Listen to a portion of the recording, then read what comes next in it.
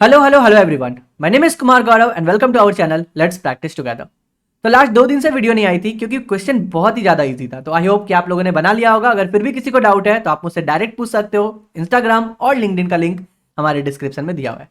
तो आज का जो प्रॉब्लम द डे है उसमें जाने से पहले हम लोग जैसे पजल ऑफ द डे करते हैं, तो कल का जो पजल है बहुत ही इंटरेस्टिंग पजल है। क्या है क्वेश्चन कि एक ओडीआई मैच हो रहा है, आपको एक ऐसा आइडियल केस सोचना है कि जहां पे कोई वाइड नहीं है, कोई नो बॉल नहीं है, कोई ओवरथ्रो नहीं है। तब बताइए कि एक बैट्समैन मैक्सिमम कितना रन स्कोर कर सकता है। ये पजल जो है मैं कम्युनिटी पोस्ट में डाल भी देता हूं, आप वहां पे भी आंसर दे सकते हो या तो इसी वीडियो के नीचे पे आप कमेंट में लिख सकते हो। बढ़िया, चलिए। और लास्ट में इस वीडियो के हम लोग प्रीवियस डे के पजल को भी जरूर सॉल्व करेंगे। तो हम लोग फिलहाल चलते हैं पीओडीडी पे। तो आज का जो क्वेश्चन है एक ड्रॉपिंग पजल है, बहुत ही इंटरेस्टिंग पजल है और बहुत ही बार पूछा गया है इंटरव्यूज में। तो हम लोग इसको थोड़ा डिटेल में समझते हैं। तो क्वेश्चन में क्या बोल रहा है, आपको एन आइडेंटिकल एक्स दिए हुए हैं और एक बिल्डिंग है के फ्लोर का मान लीजिए। ठीक है, अंडे में कोई भी बायस्ड नहीं है, मतलब सारे अंडे एक ही तरह से दिए हुए हैं। अब आपको जो है बोल रहा है कि इन सारे फ्लोर्स में एक ऐसा भी फ्लोर एग्जिस्ट करता है जहां से अगर आप अंडा गिराओगे ना तो अंडा नहीं टूटेगा। उसके नीचे, उस फ्लोर के नीचे कोई भी फ्लोर से आपका अंडा नहीं टूटेगा और उस फ्लोर के एक भी फ्लोर ऊपर से आपका अंडा टूटने लगेगा। तो अब आपको क्या करना है, वो जो एफ है ना, वो जो फ्लोर एग्जिस्ट करता है उसको फाइंड करने के लिए आपको कितने नंबर ऑफ मूव्स लगेंगे ये रिटर्न करना है। ठीक है, क्वेश्चन को ध्यान से समझिए। क्वेश्चन क्या बोल रहा है, आपको एक बिल्डिंग दिया हुआ है 1 से लेकर के के फ्लोर है। उस के फ्लोर में एक ऐसा फ्लोर भी एग्जिस्ट करता है, मान लीजिए यहाँ पे 4 फ्लोर है ना, मैं थर्ड फ्लोर की बात करता हूँ कि थर्ड फ्लोर से अगर आप गिराओगे ना अंडा को तो अंडा नहीं फूटेगा। तो ये जो थर्ड फ्लोर मैंने फाइंड किया, इसको फाइंड करने का मिनिमम नंबर ऑफ मूव्स क्या है वो आपको बताना है। मिनिमम नंबर ऑफ मूव्स बताना है, ना कि मिनिमम नंबर ऑफ अंडा। ये ध्यान दीजिएगा। ठीक है, कुछ रूल्स दिए हुए हैं। क्या रूल दिए हुए हैं कि अगर कोई अंडा आप फेंकते हो और वो टूटता नहीं है तो आप उसको फिर से यूज कर सकते हो, और अगर एक अंडा फेंके और वो टूट गया मतलब टूट गया, अब आप उस अंडे को दोबारा यूज नहीं कर सकते हो। ठीक है, थोड़ा डिटेल में समझते हैं। अगर मान लीजिए आपके पास 6 फ्लोर है और मान के चलिए आपके पास एक ही अंडा है, कैसे आप चूज करोगे? अगर आप डायरेक्ट 6 फ्लोर पे जाकर के फेंक देते हो अंडा तो टूट जाएगा। तो अब आप तो देख ही नहीं सकते ना कि आपको कितना नंबर ऑफ मूव लगा वो फ्लोर जानने के लिए। और मान के चलिए वो फ्लोर जो है वो 5th फ्लोर है यहाँ पे, मतलब कि 5th फ्लोर से अगर आप अंडा फेंकोगे अंडा नहीं टूटेगा। मतलब 1 फ्लोर से फेंको, 2 फ्लोर से फेंको, 3 से फेंको, 4 से फेंको या 5 से फेंको, अंडा नहीं टूटेगा। तो minimum number of moves find करना है। अगर मैं डायरेक्ट 6 से फेंक दूं अंडा टूट जाएगा। तो इसका मतलब कि अगर मेरे पास एक अंडा है तो सबसे अच्छा तरीका क्या है कि आप लोवेस्ट से शुरू करो। आप सबसे पहले 1 से फेंक के देखो, 2 से फेंक के देखो, 3 से फेंक के देखो, 4 से फेंको, 5 से फेंको, और जैसे ही 6 से फेंकोगे अंडा तो टूट गया। तो आपको मिनिमम नंबर ऑफ मूव क्या मिला? 6। इसका मतलब जितने भी नंबर ऑफ फ्लोर्स है वही आपका मिनिमम नंबर ऑफ मूव्स हो गया, है कि नहीं? बढ़िया। थोड़ा सा हम लोग और एडवांस चलते हैं। अब हम लोग क्या करते हैं, एक नहीं 2 एग ले लेते हैं। ठीक है, अब हमारे पास कितने अंडे? 2 अंडे। अब आप बताइए क्या करोगे? अगर मैं अभी भी 1 से स्टार्ट करूं तो मैं तो बेवकूफ हूं ना, क्योंकि मेरे पास 2 अंडे, एक को तो मैं तोड़ ही सकता हूं। तो मैं क्या किया, 6 है ना, 6 डिवाइड बाई 3 मैं मिड वैल्यू यहां से शुरू करता हूं। मैंने 3 से फेंका नहीं टूटा, 4 से फेंका नहीं टूटा, 5 से फेंका नहीं टूटा, 6 से फेंका टूट गया। तो मैं बोल सकता हूं ये पिवट 5 था, लेकिन मिनिमम नंबर ऑफ मूव्स क्या लगे? 4 लगे। इसका मतलब जैसे जैसे अंडा बढ़ रहा है वैसे वैसे मेरा मूव्स भी कम हो रहा है। तो हम लोग को इसी को मिनिमाइज करना है, हम लोग को यही minimum number of moves return करना है। तो मान के चलिए मेरे पास एफ फ्लोर है और नंबर ऑफ एक्स ई दिया हुआ है। अब हम लोग कैसे करेंगे? तो हम लोग क्या करेंगे, एक एक करके सब जगह फ्लोर से चेक करेंगे, है ना। तो मान के चलिए हम लोग क्या किए, वहां पे मिड वैल्यू निकाले थे ना 6/2 3, हम लोग यहाँ पे एक पिवट वैल्यू निकालते हैं। उससे पहले अगर मेरे पास ये कंडीशन एकदम क्लियर है कि अगर मेरा अंडा एक ही बचा, if E equal to 1, return F. Number of floor जो होगा वही हमारा आंसर होगा, जैसे हम लोग एग्जांपल नंबर 1 पे देखे थे, है ना। या तो फिर मेरे पास एक ही फ्लोर दिया हुआ है, अगर मेरे पास एक ही फ्लोर है या कोई भी फ्लोर नहीं है तब भी मेरे पास एफ होगा। ये तो बेस कंडीशन एकदम क्लियर है। ठीक है, अब मान के चलिए हम लोग क्या करते हैं, एक के मानते हैं, केथ फ्लोर पे हम लोग डायरेक्ट मान लेते हैं, उसको हम लोग पिवट मानते हैं। ठीक है, जहां पे हम लोगों ने देखा था ना 3 से चूज किया था, तो यहां हम लोग के मानते हैं। ये के कैसे निकालेंगे सब बताऊंगा, पहले यहां पे समझिए। अब इस के फ्लोर से अगर मैं अंडा को ड्रॉप करूं, मेरे पास क्या ऑप्शन है? 2 ही ऑप्शन है, या तो अंडा टूट जाएगा या तो अंडा सर्वाइव कर जाएगा। अब अगर टूट गया अंडा, तो टूटने का मतलब क्या हुआ कि इस फ्लोर के ऊपर कहीं भी जाऊं मैं सब तो टूटेगा ना। तो कहां पे चेक करना चाहिए अब मुझे? अगर मैं के फ्लोर से तोड़ दिया अंडा तो उसके बाद हम लोग कहां चेक करेंगे? नीचे चेक करेंगे। तो हम लोग बोल सकते हैं अंडा तो घट गया, अब मेरे पास कितना वैल्यू है? E-1, और अब फ्लोर भी घट गया K-1, है ना। तो अगर ब्रेक कर जाता है तो अब हम लोग को कहां चेक करना है? K-1 में चेक करना है, और अंडा भी हम लोगों का घट गया। लेकिन अगर सर्वाइव कर गया तो इसका मतलब कि अब हम लोग को नीचे किसी भी फ्लोर पे चेक नहीं करना है, अब हम लोग ऊपर वाले फ्लोर पे चेक करेंगे। तो सर्वाइव करने के बाद फंक्शन क्या हो जाएगा, हम लोग चेक करेंगे ई एज इट इज रहेगा। एकदम स्टार्टिंग में रूल पढ़ा था ना, अगर हम लोग एक अंडा बच जाता है तो हम लोग उसको वापस से यूज कर सकते हैं, है ना। और अब हमारा एफ माइनस के पे चेक करेंगे। तो ये हो गया दो रूल, अगर ब्रेक किया या सर्वाइव किया इसका। लेकिन अब हम लोग इससे हम लोग मिनिमम नंबर ऑफ मूव्स पे कैसे पहुंचेंगे। तो फिलहाल के लिए क्या करते हैं, हम लोग क्वेश्चन से एकदम हट जाते हैं, हम लोग चलते हैं दूसरी दुनिया में। कहाँ चलते हैं, चलिए ड्रीम 11 पे टीम बनाते हैं। अरे वाकई में ड्रीम 11 पे टीम बनाते हैं। ठीक है, मान लीजिए कि आपको एक बेस्ट प्लेयर चूज करना है। ठीक है, ये क्वेश्चन से हट के है, बस आपके ये लॉजिकल क्वेश्चन मैं पूछ रहा हूँ, यहाँ पे थोड़ा सा दिमाग लगाना, फिर वापस हम लोग क्वेश्चन पे आएंगे और उसके बाद वो क्वेश्चन इतना आसान हो जाएगा ना कि आप खुद से उसका आंसर बता दोगे। ठीक है, मैं आपको 3 प्लेयर देता हूँ। अब बोला कि इस तीनों में से किसी एक प्लेयर को अपने टीम में लो। कैसे लोगे, फोटो देख के लोगे या शॉर्ट देख के लोगे, नहीं ना। आप बोलोगे भैया कुछ तो डिटेल दो, कुछ तो डेटा दो कि कौन कैसा प्लेयर है, कौन कैसा खेला है। मैंने बोला बढ़िया, तो मैं क्या करता हूँ, आपको एक स्टैट्स देता हूँ। पहले मैच में पहले प्लेयर ने 100 मारा 35 गेंद में, आप बोले बढ़िया। दूसरे प्लेयर ने 30 गेंद में, और तीसरे प्लेयर ने 25 बॉल में शतक मार दिया। आप बोलोगे भैया थर्ड प्लेयर को लेते हैं। हम बोलेंगे रुको रुको, पहले आगे वाले मैच का सीन देखते हैं। दूसरे वाले मैच में 100 मारा 55 बॉल पे प्लेयर ए ने, प्लेयर बी ने 65 बॉल लिया और प्लेयर बी ने सी ने 75 बॉल लिया। अब आप थोड़ा सोच में आ गए हो कि भैया पहले मैच में तो 25 बॉल में मारा था, दूसरे मैच में 75 बॉल। मैंने बोला ठीक है, तीसरे मैच का भी डेटा देख लो।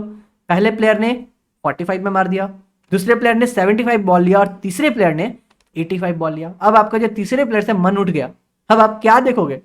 तो सबसे पहले आपका अप्रोच क्या होगा, आप कमेंट में बताओ, प्लेयर ए को लोगे, प्लेयर बी को लोगे या प्लेयर सी को लोगे। मैं देखूं कि आप लोग क्या सोचते हो। उसके बाद हम लोग आते हैं रियल सिनेरियो पे। हम लोग क्या करेंगे, हम लोग प्लेयर ए का देखेंगे कि मैक्सिमम इसने कितना बॉल लिया। तो मैक्सिमम इसने 55 बॉल लिया शतक मारने के लिए। तो इसका मतलब कि एटलीस्ट वो मतलब एट मोस्ट वो 55 बॉल लेगा शतक मारने के लिए, है ना। प्लेयर बी का क्या है, प्लेयर बी का वर्स्ट केस सिनेरियो क्या है, 75 है। और प्लेयर सी का क्या है, 85 है। अब मैं इस तीनों प्लेयर का जो है वर्स्ट केस निकाल लिया। अब वर्स्ट केस निकालने के बाद मुझे तो चूज करना है ना एक, तब मैं क्या चूज करूंगा।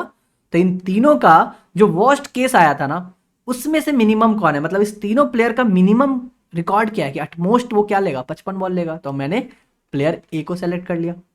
डन। तो अगर आपका और मेरा दोनों का प्लेयर ए ही है तो इसका मतलब हम लोग राइट ट्रैक पे।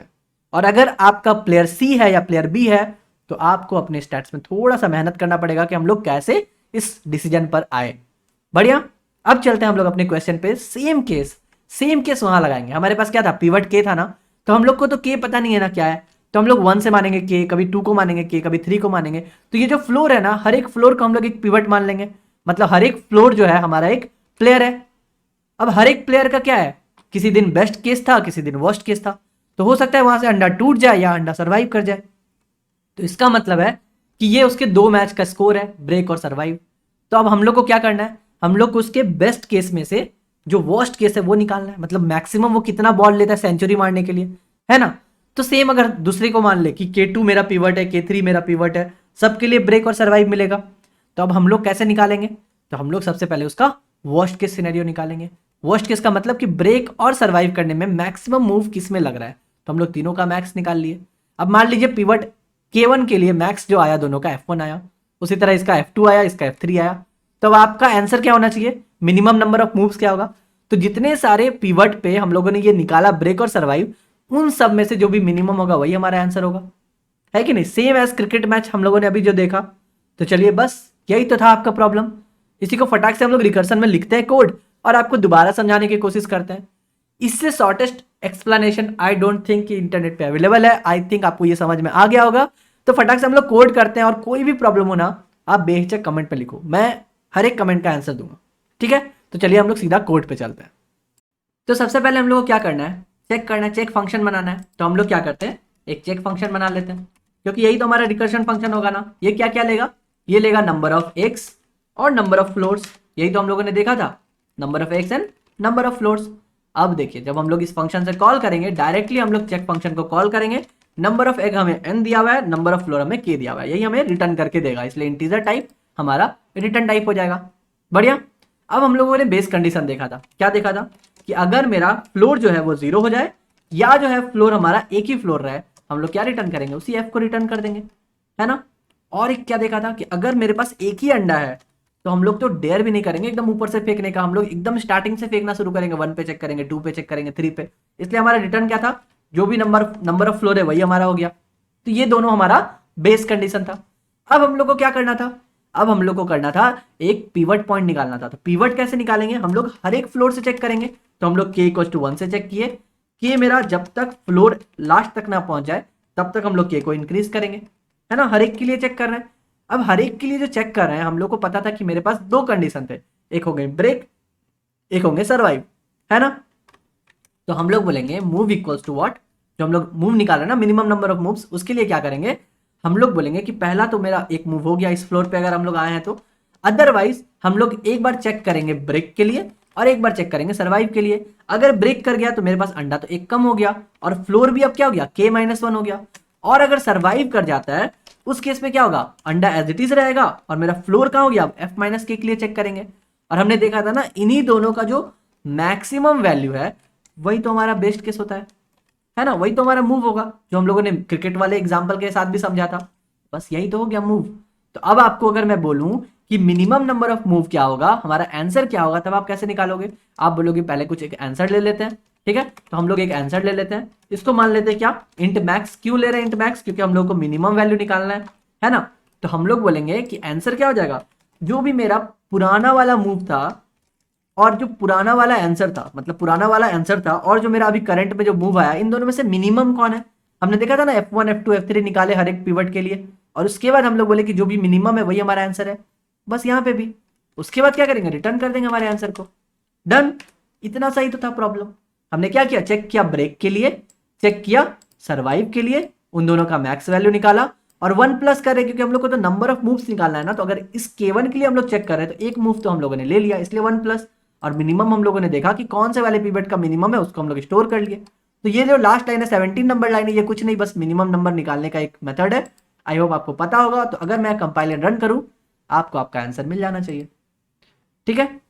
बस इतना सही था प्रॉब्लम, सोचिए कितना आसान था। यहाँ पे नंबर ऑफ मूव्स 2 आ गए। अगर मैं ये सेकंड एग्जांपल पे चलूँ, सेकंड एग्जांपल क्या है, n=2 k=10, चलिए उसको भी देख लेते हैं।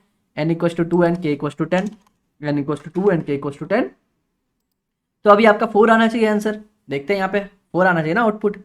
यहाँ पे आपका आउटपुट 4 आ रहा है, बिल्कुल सही। तो अगर मैं सबमिट करूँ तो क्या होगा, 134 टेस्ट केसेस दिए हुए हैं। तो आपके टेस्ट केसेस जो हैं टाइम लिमिट एक्सीड हो गए। और हमें पता है कि रन टाइम जो टाइम लिमिट एक्सीड करता है रिकर्शन में, उसको हम लोग कैसे हैंडल कर सकते हैं। हम लोग क्या करेंगे, सिंपल इसी रिकर्शन को डायनेमिक प्रॉब्लम में कन्वर्ट कर लेंगे। तो हम लोग को क्या चाहिए, एक डीपी चाहिए। तो हम लोग बोलते हैं एक वेक्टर 2D वेक्टर चाहिए। तो मैंने एक 2D वेक्टर बना लिया, वेक्टर वेक्टर इंट डीपी। इसको रिसाइज कर देते हैं हम लोग एन और के से, है ना। तो हम लोगों ने यहाँ पे डीपी को रिसाइज किया है और ये दो लाइन हम लोगों ने हर एक प्रॉब्लम में यूज किया है। तो आई होप कि अभी तक आप यूज टू हो चुके होंगे। तो हमने n प्लस लिया और उसके बाद हम लोग वेक्टर इंट हमारा क्या हो जाएगा k+1 और सबको हम लोग -1 से इनिशियलाइज कर रहे हैं, डन। बस उसके बाद कुछ नहीं, जब भी हम लोग यहाँ पे चेक करेंगे सबसे पहले कि क्या हमारा उस ई और एफ के लिए पहले से कैलकुलेट किया हुआ है डीपी में। अगर उस ई और एफ के लिए कैलकुलेट किया हुआ है, दोबारा क्यों ही चेक करना, मतलब अगर नॉट इक्वल टू -1 है तो हम लोग उसी को रिटर्न कर देंगे, ई और एफ, ठीक है। अदरवाइज जब हम लोग रिटर्न कर रहे हैं आंसर, तो पहले हम लोग इसको डीपी में स्टोर करेंगे और उसके बाद रिटर्न करेंगे। यही तो था हमारा दो लाइन, हर बार हम लोग यही यूज करते हैं। यहाँ पे भी हम लोगों ने सेम यूज किया एंड दैट्स इट। अभी आपका रिकर्सन जो है वो डायनेमिक प्रॉब्लम में कन्वर्ट हो गया। यहाँ देखिए क्या प्रॉब्लम आ रहा है, यहाँ पे हम लोग का प्रॉब्लम आ रहा है आर्ग्यूमेंट 1 इज इनवैलिड। इसका मतलब हम लोगों ने कहीं पे मिस किया और यहाँ पे एक ब्रैकेट मिस किया बंद करने के लिए, क्योंकि 2 बार हमने वेक्टर को ओपन किया था। बढ़िया, चलिए कंपाइल रन करते हैं और अभी देखते हैं, इसलिए कंपाइल करना बहुत जरूरी है ना। चलिए सबमिट करते हैं और अब देखते हैं। सो अभी हमारा सारा टेस्ट केसेस पास हो जाना चाहिए, बिल्कुल problem solve successfully. I hope आपको अच्छे से समझ में आएगा ये प्रॉब्लम, और ये एग ड्रॉपिंग प्रॉब्लम की प्रैक्टिस कीजिए, क्योंकि इसी एप्लीकेशन पे बहुत सारे क्वेश्चंस बन रहे हैं, ठीक है। कल फिर मिलते हैं नए क्वेश्चन के साथ, लेकिन हाँ अब चलते हैं हम लोग प्रीवियस डे वाले पजल पे, क्योंकि प्रीवियस डे वाला पजल भी समझना बहुत जरूरी है। क्या था प्रॉब्लम, कि हमें 2 नंबर दिए हुए हैं, आपको फाइंड करना है minimum number without using conditional statement या फिर टर्नरी ऑपरेटर। बहुत सारे बच्चे बोल रहे हैं कि क्या हम लोग डायरेक्ट मिनिमम फंक्शन नहीं यूज कर सकते, नहीं आप नहीं यूज कर सकते। और एक बंदे ने बहुत सही आंसर दिया है, उन्होंने क्या बोला कि हम लोग एक फॉर लूप लगाएंगे और क्या करेंगे, दोनों नंबर को डिक्रीज करते हुए चलेंगे। जैसे ही कोई भी नंबर मेरा 0 आ गया, बस वही तो था मेरा मिनिमम नंबर, है कि नहीं। तो चलिए क्या था आंसर, कि हम लोग क्या करेंगे, 2 नंबर जो है मेरे पास दोनों के एक फॉर लूप में चलाएंगे और दोनों नंबर को हम लोग एक एक करके डिक्रीज करते हुए चले। मान लीजिए एक 5 है, एक मेरा 3 है। अब जब दोनों को डिक्रीज करते चल रहे हैं तो सबसे पहले जीरो कौन होगा, 3 जीरो हो जाएगा, है ना। एक बार घटाएं, ये हो गया 4, ये हो गया 2, दूसरा बार ये हो गया 3, ये हो गया 1, एंड देन खत्म, जीरो हो गया। तो इसका मतलब जो 3 है वो मेरा मिनिमम नंबर है। तो आप क्या करोगे, ए और बी को किसी टेम्प 1 टेम्प 2 में डाल देना, दोनों को डिक्रीज करना। अगर मेरा टेम्प 2 डिक्रीज जीरो हो गया तो बी आंसर है, टेम्प 1 डिक्रीज जीरो हो गया तो मेरा ए आंसर है। डन। चलिए, आई थिंक आपको समझ में आया होगा। कल फिर मिलते हैं हम लोग नए प्रॉब्लम के साथ। और हाँ, पजल का आंसर जरूर दीजिएगा। आज वाला क्वेश्चन हम लोग कम्युनिटी पोस्ट पे भी डाले हुए हैं। कल फिर मिलते हैं नए क्वेश्चन नए पजल के साथ। तब तक के लिए good bye, stay blessed, stay safe and keep coding.